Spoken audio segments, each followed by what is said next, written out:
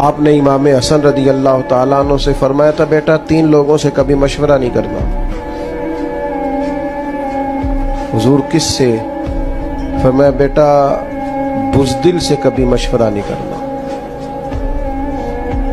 اس لیے کہ جو بندہ بزدل ہے تمہیں کبھی بہادری کا سبق نہیں دے سکتا۔ اور دوسرا آپ نے ارشاد فرمایا تھا کہ بیٹا بخیل سے کبھی مشورہ نہیں کرنا، بخیل سے کبھی مشورہ، کنجوس ہے نا، فرمایا اس سے کبھی مشورہ نہ کرنا، اس لیے کہ جس کا دل بڑا نہیں نہ ہوتا اس کا دماغ کیسے بڑا ہو سکتا ہے۔